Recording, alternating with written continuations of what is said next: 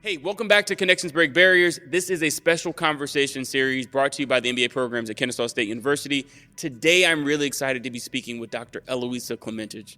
As you will see, she has been building Atlanta for a really long time. This is a person that is the CEO of Invest Atlanta, the economic development arm of the city.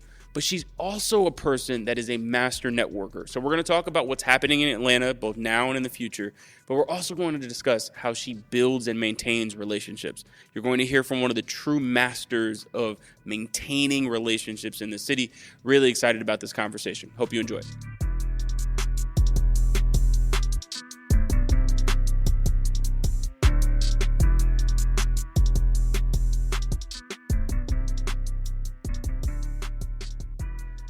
Well, it's good to see you. I appreciate you taking the time to have this conversation. My pleasure. My pleasure. I'm excited to be here with you today. So this conversation for me is about relationships. It's about how we think about connecting with people and maintaining relationships. But before we get into all of that, let's talk about where you're from. Let's talk about home. Where did you grow up? I grew up in a small city in San Gabriel Valley, California, called Rosemead. The city is like on the other side of the tracks, so we were always, I would say, a solid middle income class, toying with class family, but California was home for me. It was where my two parents met. I don't know if it can happen in many other places. My mother is Mexican, came to the United States as a single mom, and my father Serbian, and they met in California. Only in the United States. Yeah, that's why you get this weird, like, Eloisa Klementich, what the heck is that?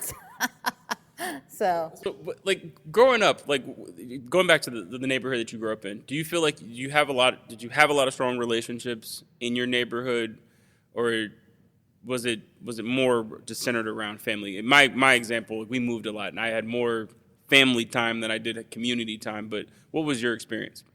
I'd say it was more family time was very important for us.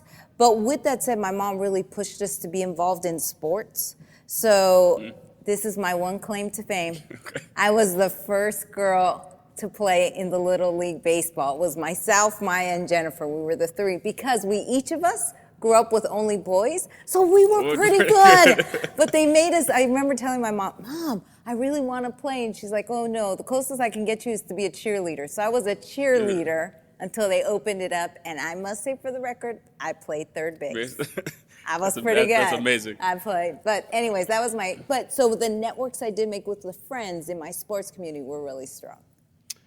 And when you think about what you wanted to be at that time, did you know? I mean, you've had a long and distinguished career, which we're going to talk about in a second. But what did you want to do at that time? Does it match anything like what you're doing now? So I was in high school, Miss Diegas. I went to an all-girls school, Ramona Convent, and she said, "This class, we're going to talk about what you want to do in your life." And I was like, seventh grade maybe?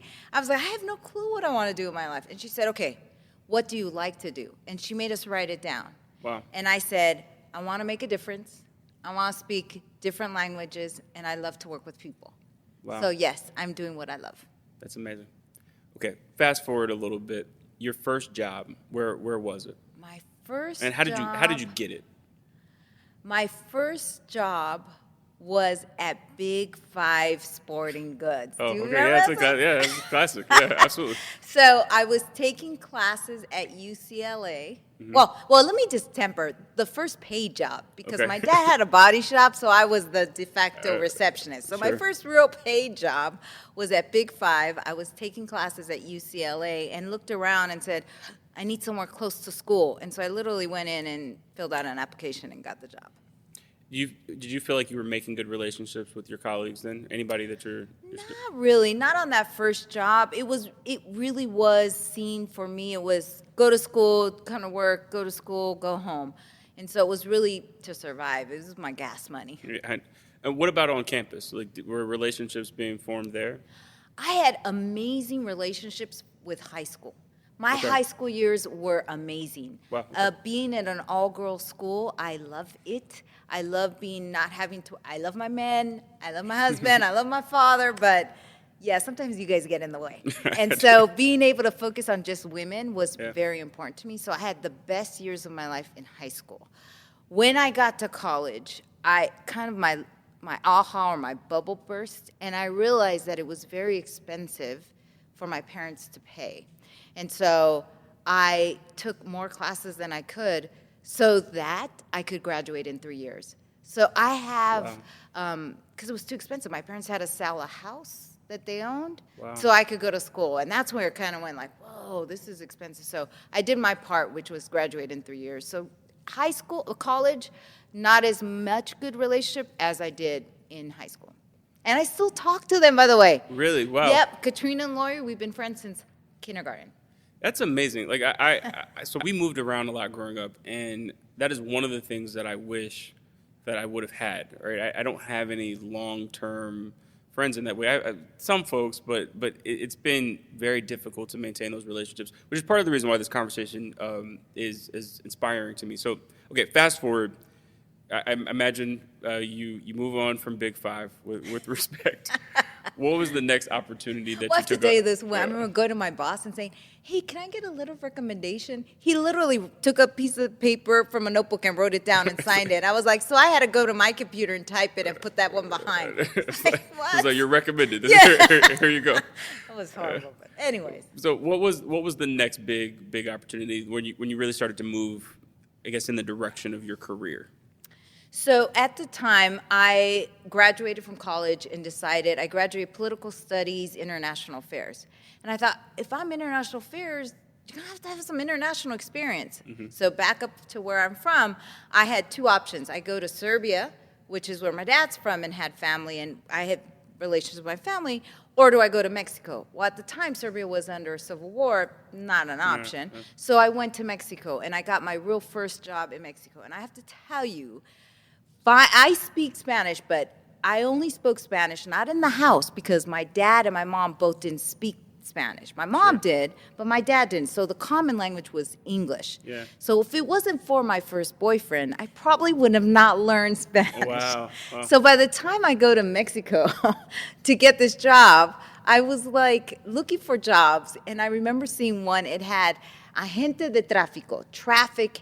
I thought it was traffic agent, so I thought it was the traffic officer. In Mexico, the lights never work, so you have all those officers going like, hey, come down this road, right? And so when I later on found out, that really meant logistics manager. So I never even applied for those jobs because I thought they were a police officer. So finding a job in another country was really difficult, but I ended up finding a company that had a U.S. base. And so the English was great because they're like, oh, you speak English, wonderful. So end up getting my real first job was at this telecommunications company. And if we zoom in on the relationships there, right? This is where I think that so much time is spent at work, right? And it's changed a little bit with the pandemic and we're work from home, but like traditionally, folks were just at the office. That's where a lot of your time was spent, and then relationships were formed. Was that the case in that opportunity? Did you start to form relationships with people in the office that started to pay dividends? I hadn't thought about it that way until you asked the question. But I think fundamentally, it's really, that experience in Mexico has really shaped how I build my relationships, because in Mexico it's very important, and many Latin American countries, the relationship is more important than the business deal. Absolutely. So there's a lot of people, that's where I learned, hey, let's go to have lunch, let's go to have breakfast, let's go talk. And you would sit and we'll have a 2-hour conversation and 10 minutes was business. And then, the hour 45 was, and I never thought about it, but maybe that's where I picked that up because I never grew up there. Yep. So I was only working there for the international experience and eventually got married. That's where I met my husband. But that was more than the international experience my mother was expecting. But did come back. And I think that was an important way because that's really important for me. When I meet with someone, it's about how are you? How's the family? Mm-hmm. How are you doing? And then we'll get into work. It's such a... It's super interesting. So when we started the Gathering Spot, I had this idea that like a business meeting, you would get to the meeting and you would talk about business, right? It was going to be about whatever we were there to discuss. And I started to find that like same situation. I would have these 2-hour-long conversations and realize, like, we didn't actually talk about anything. Like, the agenda has been blown. We have not talked about anything that we came here to talk about. Yeah. But somehow the work eventually would get done. But talk to me again and us about the importance of like why that time, the time that's not on the deal, right? And I want to get into some of the deals that you've been a part of. You've built some amazing things, but why is that other time, the hi, hello, how's the family time, why is that important? I think because some of the projects are so complex and everybody comes to them with their interest. And that makes sense, right? If we have a big project and you're an investor, you want to make money. This is America, so great. That's part of the deal, right? If you're a tenant or you're going to be someone in there, you come up with interest. You may be thinking about amenities. And then the government entity may be coming at the table because we're thinking we want affordable housing. We have interest. Mm-hmm. And so when all of these interests collide to make a project, there's a lot of friction in mm-hmm. that sausage making. Yeah. And if there's not a level of trust that fundamentally we all want to get to the end goal, we're going to get there in different paths, but that end goal is not the same, then I think that the negotiation can break down. Because there are folks that I have dealt with where we are adamant, like I cannot do what you're asking me, and I can't do what you're asking me. Mm-hmm. Okay, fine. We all want to get to that end goal, right? Mm-hmm. Yes, and we trust that that's what we all want and our right intentions. So then we start giving. Well, okay, I can do that a little bit. Or maybe I can give a little bit here. Or how about if I bring in this? Will that help? Sure. And I think it's being able to find those middle ground where there's a win-win situation. It's not easy. Absolutely. And fundamentally, you have to trust that person that their heart is in the right place. Like I may not speak your direct language, but our hearts are both in the same place of where we want to go. And you only create that relationship knowing someone. Invest Atlanta. Talk to us about what Invest Atlanta does, right? I think a lot of times folks think it's one thing, and you're actually doing way more. It's been amazing to learn about the organization over the years. Talk to us about, you've been leading this organization for a number of years. What is Invest Atlanta? To me, Invest Atlanta is about creating wealth and moving the needle in communities. How do you do that fundamentally? Sure. Right? And so I've been looking at it as a lens of where does government initiate? Where do we as an authority begin that process? And what is our role? And from very little changes in programs and policies to big impact and big projects, you have a role in everything. And what I love about where I work is economic development. I have been to a museum conference. Mm-hmm. And I remember some folks came up to me and like, Eloisa, you're economic development. Why are you here? I'm like, it's about the creation of wealth and the quality of life. Absolutely. People want to come to a certain area. And they're like, oh, yeah, that makes sense. I didn't think about it that way. And so it really is this opportunity to get involved in everything from education to healthcare, fresh food access. Invest Atlanta really is the spectrum of all of those items. Now, we can't play in all of them. We can't touch every piece. But when can we? And I've really brought this philosophy to Invest Atlanta is you have to be relevant. Yeah. And being relevant means taking on some risks. And I have to tell you, there are some projects maybe not have gone as great as I would have want them to, but there's others that we've really knocked out of the park. And I think that we have a level of respect now that people recognize the name, know our good intentions. Now, I love to say we're perfect, but we're not. But we really have our hearts in the right place. We really do want to move the needle. I think it's evident by the projects that Invest Atlanta's been a part of. We're in an exciting time in Atlanta. I want to get to that. Stakeholder engagement, though. There are multiple stakeholders that come together to make any of the efforts that we're talking about happen. Talk to us about some of the misconceptions in like how a deal is actually formed. Because as consumers, we're driving down the street one day and there's nothing. And it feels like we look up the next day and then there's now a skyscraper. In the background, though, there's a ton of meetings, there are a ton of relationships that have to be formed. What are some things that you wish people understood better about that process? I would say for a community to realize that some of these projects take years to happen and develop. And the complexity of the deal in terms of the capital stack, it's not like when you go buy your house, you probably get one loan, right? And then you buy your house. There are sometimes 8 to 10 to 15 different line items of where we're getting different capital, which makes it very, very complex. And then each, again, bring their own requirements to the deal, so it changes. So sometimes people will say, Eloisa, why didn't you put in 100% affordable housing? Or why didn't you go get this? Or why did you give that up? You said you wanted to have, low interest or below market rate rents for commercial. Why did you give that up? Well, because maybe there was some give and take to get to the end. Get there, And it's just never easy to do, but it's exciting when you get there. I have to tell you, the most exciting thing I have is to drive around the city and go like, oh, I helped out with the Gulch. I helped out with the stadium. I helped out with the Yellow Store. We're taking action on that. We've helped out over here, Gather Spot, Science Park. Like, these are amazing. Amazing to think that I see it as a privilege and an honor to be able to do that, because how many people can? Hey, we're going to get back to this conversation, but if you're like me, you're always trying to advance your skill set and grow both personally and professionally. One of the most effective ways to do this is through advanced degrees. I'm proud to be working with my friends at Kennesaw State University for this podcast. With 3 MBA programs to choose from, executive, evening, or web, their curriculum incorporates the latest industry trends and skills that will allow you to make an immediate impact in your career. With KSU's MBA programs, you'll benefit from a flexible format that fits your schedule, including part-time options, 100% online courses, and even a unique weekend format for the Executive MBA. Graduate in as little as 19 months while building lasting connections with a cohort of peers and professionals. Plus, you can see ROI fast with tuition starting as low as $20,000. Nationally ranked and featuring dual accreditation by AACSB International, ranking it in the top 2% of business schools worldwide, Kennesaw State University will help you reach your full potential. Ready to start your journey? Learn more today at ksumba.com.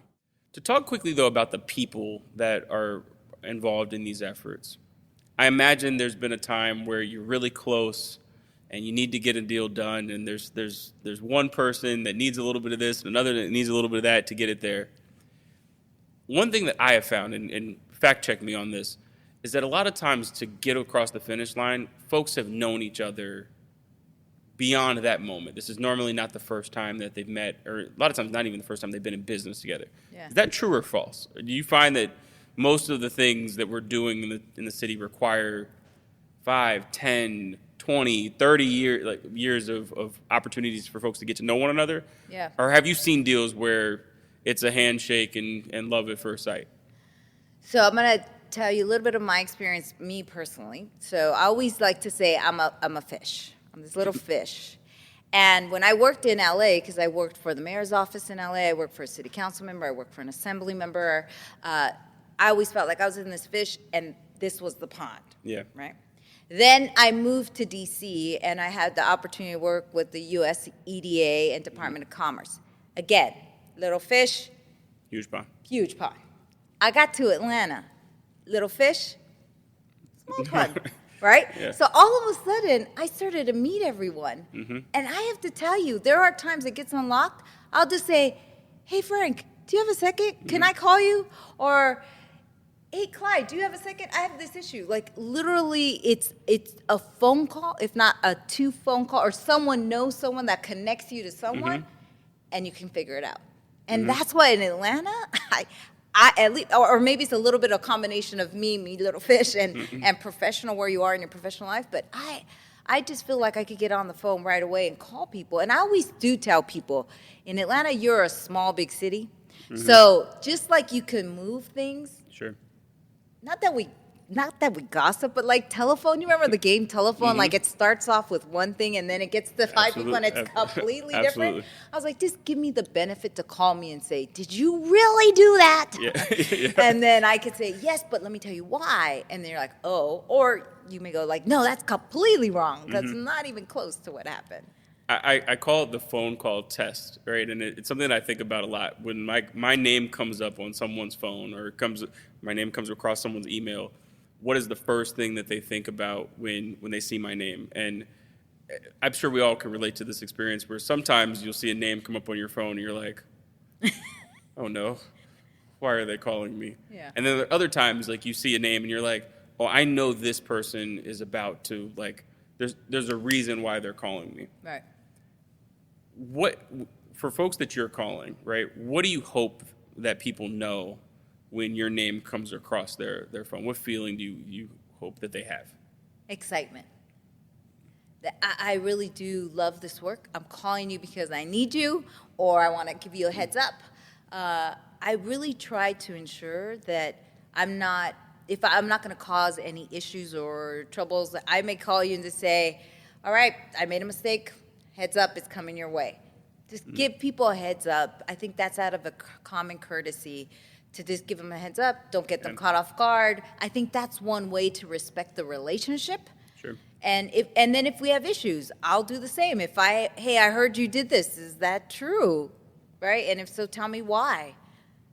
Before I start to jump to because I think that to your point about projects, I've noticed projects get stalled when we take an action, we as a government entity, and we send back a document. Let's just do a simple one. We have open records requests. So I legally, per state law, cannot say I'm not going to share the information. Sure. So if I get a contract from someone and they say, and I respond back, I'm going to not share the information. That person may get the assumption, like, what, you're going to go tell everyone? What the heck? Where is this relation? No. I legally can't. I promise you I won't, but I legally can't put that in the document. Sure.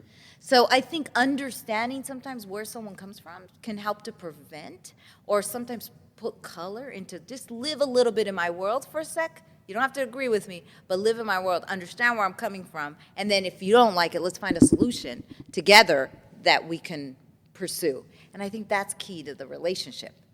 How do you're a master networker. That word I think sometimes is overused, right? But you're a person that knows a ton of people in this city and all over the country, around the world. What do you do to maintain those relationships? What do you do actively to make sure that you're present in folks' lives? I would love to say that I do it all the time, but with my team, for example, when COVID hit, people were starting to feel very alone. So no one knew how much time it was going to take. So I first text everyone, hey, literally at 80 employees, I text every single one and just said, hey, wow, checking in, are you okay? Then COVID continued. Then I called everyone, and then I wrote everyone a letter. Wow. Every single employee. And when I do retreats, I write everybody a letter, wow, by hand. I don't copy and paste on the computer. I wow, really write it. And I think it matters because I think if you're going to take the time and the interest in me, that matters to someone. So I'm finishing up my presidency as the International Economic Development Council. It's IEDC, the economic developers on the international stage. And I wrote a letter to every single one to say, hey, thanks for serving with me. That had to be long, but the fact that you took the time to do that for people, people appreciate that. So I think, and I mean it, I really do, because I've learned so much from individuals. So I try to write notes to people and just say, hey, I'm here, thank you for your time. Or I'll do it in text, or if, I get crazy. Yeah. But I try to do that so people recognize that the relationship matters. That's so powerful. I don't think that happens very often these days. I don't, right? I think sometimes there's a lot of research actually on this. This is the loneliest time in, I guess, recorded human existence, right? Folks are just reporting they feel very isolated. They don't feel connected to much of anything. A lot of the institutions that people were part of, they're not in anymore. And this idea of just simple connections and having them grow over time, I think is being lost. But part of that is doing what you're talking about. It takes time. It takes being thoughtful. I'm assuming that you're writing something to each person that you're talking about. Yeah. I'll have to tell you, of the 80, I know pretty much everyone now. Now, I don't know everyone, so if I don't, it is a little, but I'm like, hey, how's the kids, or what do you have going? Wow. And I didn't realize how meaningful it was until I had one employee come in, and she's like, I lost your fourth letter to me. Could you just write me another one? I saved them all. And I was like, Sure. Wow. So to your point, I do think people feel very, because they matter. You write a letter to someone who matters to you. For folks that you don't work with on a regular basis, another thing that I admire about you is that you are, it feels like everywhere, all over this town, talking about what's happening in the city, giving people all of the information that they need that Invest in Land is doing. But in that, you're meeting a lot of people, right? So how do you manage that part, right? So there's kind of intimate relationships you're going to build in the workplace, and then there's these casual, like very quick interactions, but still important to like develop something. Right. How do you nurture that spark when you're meeting folks at events and at all the other places that you are around town? I really do try to remember. So if they give me a card and they say, hey, can you get me information on your small business loan program? I'll write small business loan program, and then when I get back home, I'll just introduce them to the person that could take it to the next step. Because there's no way we can engage with everyone, but how do you enable them so that then they get the information they need? I think that's what I really try to do, is follow up with individuals, both for business cards and then just connect them. I'm going to double click on something there because, again, simple principle, but one that I think is another lost art: following up, like actually doing the thing that you intended to do. When we started TGS, it was something that I admittedly had to get a lot better at. I was meeting a lot of people, and I was trying to keep up. I had notes on my phone and on cards, and it felt like everywhere. Yeah. But sitting down and having the discipline to say, okay, I met this person. I said I was going to connect them here. Let me make sure that connection happens. But it made a world of a difference. Like and not all the time for me immediately, but over time when folks saw that I was consistent, it felt like it paid dividends. So that's where I want to talk about. I do think it pays dividends. And then I had one just 2 weeks ago. I was like, oh, they asked me for a letter of support. I forgot to send it to them. So I was like, I literally just said, I'm sorry. I know I screwed up. I didn't send you the letter of support. And then they respond back, are you crazy? You connected me to Keisha and she sent it. I'm like, thank God I did. I did it. I was like, I'm just kidding. Just kidding. Quickly on the other side of relationships, right? So no, relationships sometimes are seasonal. You're not always going to work with people for forever. Folks are going to be taken in different directions. As a leader, how have you navigated those moments, right? Where the connection isn't necessarily being broken, right? But it needs to transition for one reason or another. What do you try to make sure happens in those transitions with the relationship that ultimately, hopefully, is trying to be maintained? Right. I noticed that I honestly believe that we live in a small world. Our connections are, you may not see someone for years and years and you're walking in Paris or something and you're like, well, dude, what are you doing here, right? Yeah. It's small.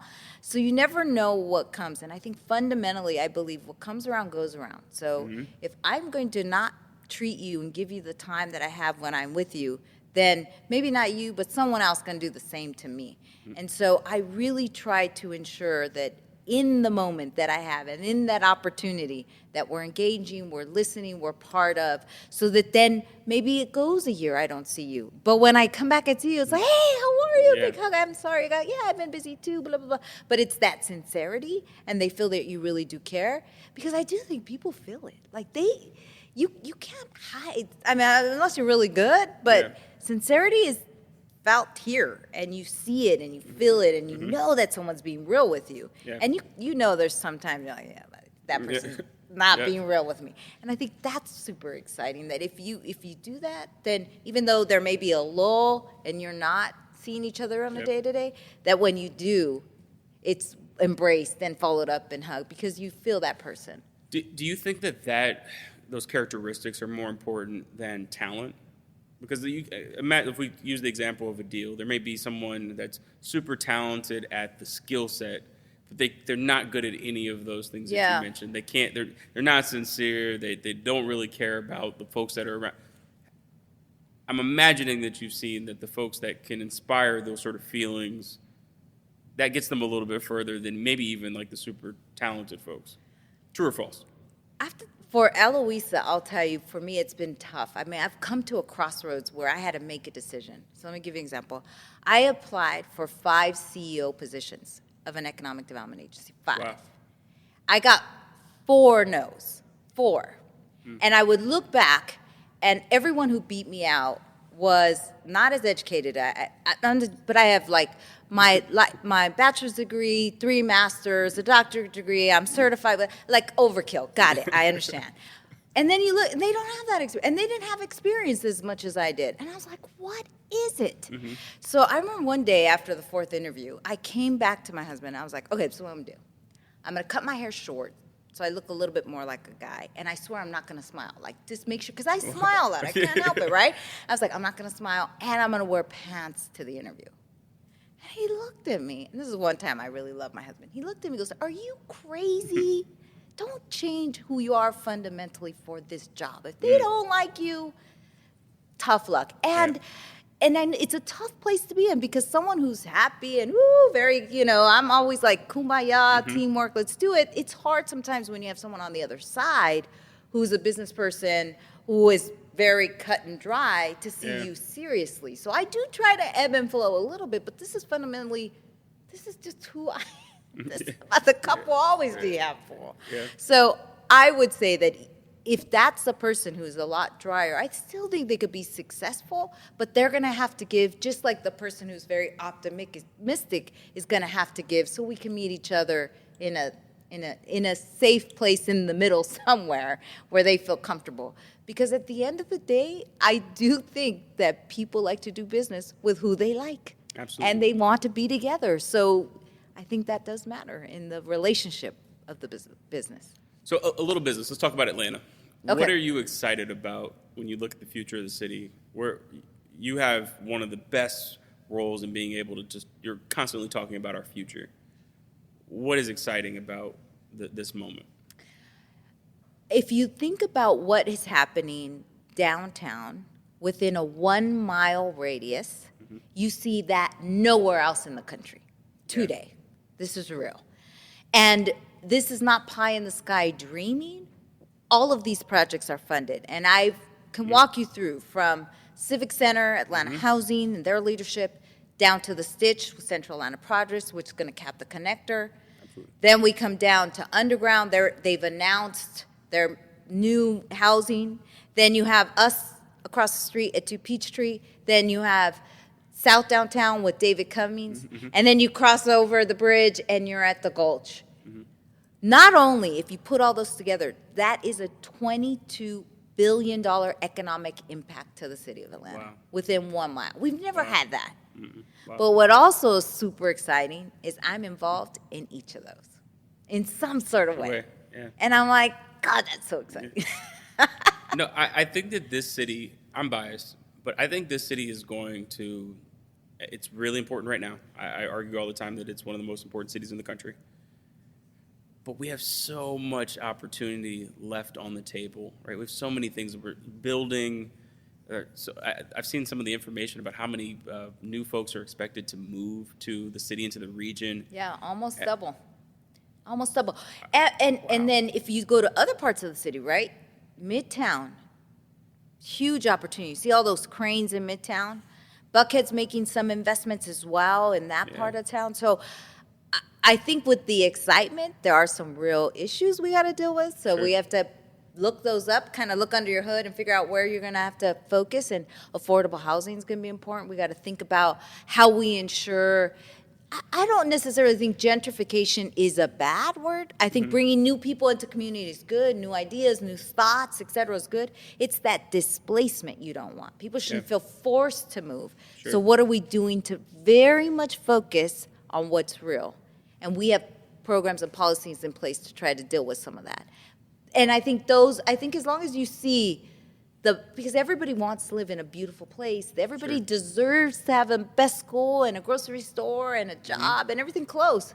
But that attracts more people. So we really want to ensure that Atlanta doesn't lose that uniqueness. That you stay in your home because you want to stay in your home. Now, if you want to move, this is America, great, go for it. But we should not feel forced. That's what we want to avoid. Fundamentally, from a relationship standpoint, what do we need to do to make sure that we don't mess any of that up, right? That we've got a chance here to get new people into the conversation, keep the folks that have been a part of it there. From a relationship standpoint, like, what just has to happen in order for us to realize our potential as a city?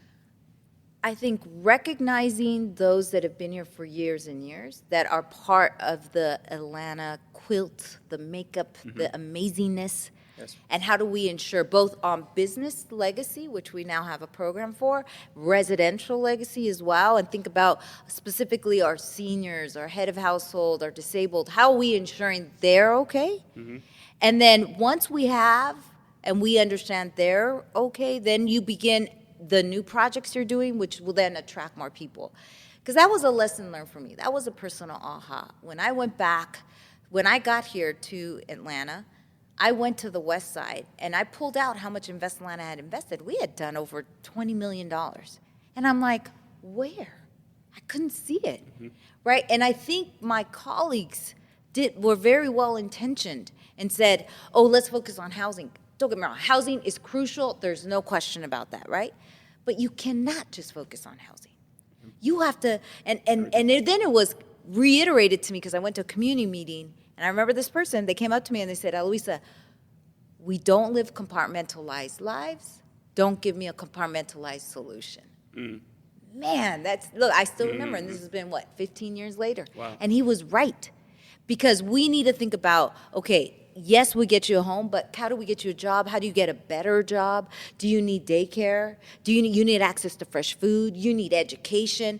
And so what I learned in my mind was there are times you're going to lead, you're going to follow and support, but you need it all. And I can't do it all, but I can bring in some partners. And that's where these partnerships become key. Because then I could call the Atlanta Police Foundation, or I'll call Families First and say, hey, can you guys do, we need YMCA, we need daycare. Like literally it was being strategic. And we had a map and we said, okay, we've got this vertical, we got this vertical. We have nothing here. We got to go find partners that can help us here. My final question, switching gears. I have a fundamental belief that when you have the opportunity to talk about what you're passionate about, we end up talking about, I talk about the gathering spot, right? But there's always people that if I had extra time, right, I would want to talk about them because I really, in talking about the gathering spot in my career, whatever, I really am talking about them. So my final question, is there a person in your life, in your journey, that you wish that you had more opportunities to just share their impact on your life, and who is that person and why? Always takes me a second, sorry. So, we always talk about our parents, right? My father, who's now an angel in heaven, so I have connections up there too, so can't mess with me. He was a really special guy, and he had to live through a concentration camp. So I think coming back to the U.S., he loved this country, just adored the United States, right? But he was always giving. Like, I think someone who had the opportunity to be upset if he wanted to for how he was treated was just a giving person. And if I had the opportunity to continue that conversation, I'd love for him to see what we're doing. I just have to tell you one story about my dad. So my dad was an auto body man. He had a frame shop, and he had this big thing that he would carry around. It was like this big red thing, and you put the car on top, and then he could pull it, right? And we lived up and down this hill, and so he's waiting to make a left into our house, and this car hits him in the back, right? So it's a big machine, metal, whatever. So he pulls aside, he comes out running, and it's this young girl who's devastated, crying. And he's like, what's wrong? And she's like, oh my God, my parents, this is their car. It's brand new. They're going to kill me. And she's bawling, right? Yeah. My dad's like, don't worry. He pulls the car in, and she's like, what? Just don't worry. He literally pulls down his machine, puts the car on top of the machine, fixes the car, okay? And it pulls it together, and he's like, okay, here, this is enough. They won't know underneath is bad, but they can't see. You're fine. And so literally she goes, okay, thank you so much, and off she goes. I was like, Dad, she hit you. Oh, yeah, but poor thing, she was going to get in trouble by her parents. Wow, good man. Amazing man. So if there's anything I could do, be a little bit like him, I would love it. But he was someone who was passionate, giving, loving, And he worked, well, that's a bad trait. He worked every day, which is probably his fault why I work so much. But he would be someone I would definitely want to pull up with. Well, I can tell that he was amazing because you're amazing. And I appreciate the time in this conversation. Again, it's a fundamental thing that we're trying to explore here with just what happens when relationships and good people come together. Yeah. You're making a lot of things come together for this city. So genuinely, thank you. I'm not planning on going anywhere. That's good. In part. Well, we love you. I have to just plug in for you. And I'm not just sucking in because we're on this recording, but I think you've inspired. I know you've inspired a lot of individuals because then they come to us. They're like, "Oh yeah, Ryan sent them over to me." We're like, "Okay, another loan. Here we go." But it's that inspiration that they see someone like that looks like me that I can do it too. So I want to thank you for the inspiration because did you see the latest ranking? We just got ranked the third best city for a small business. Hence, people like you are inspiring these small businesses and making a difference. I appreciate that, but seriously, being able to look at the future and know that we've got so many things coming and there are good people working to make sure that it works for all of us, that gives me a lot of confidence that this is the right place to be, right? And so when I was thinking about the people of this town that are making it happen, you were very, very high on my list, so I appreciate the time. And I'm honored. I can't believe that's amazing. Thank you. Thank you. We'll see you soon. All right.